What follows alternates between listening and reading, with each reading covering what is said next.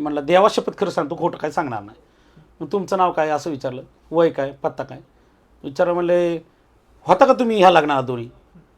ते म्हणलं की साहेब देवाची शपथ घेऊन मी काय खोटं बोलत नाही, मी काय लग्ना बिग्ना काहीच नव्हतं, हे जी सांगितलं ती मी सांगतो.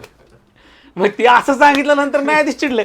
न्यायाधीश मला म्हणले की साक्षीदार कसं काय आणला तुम्ही खोटं? तर ॲक्च्युली मी त्याला माझ्या ऑफिसला आल्यावर मी टॅली केला नव्हता की तो होता का नव्हता. त्या बाईने मला सांगितलं की तो होता म्हणून मी ते तसंच घेऊन गेलो. पण देवा शपथ खरं सांगतो म्हणा, ही गोष्ट इतकी महत्त्वाची.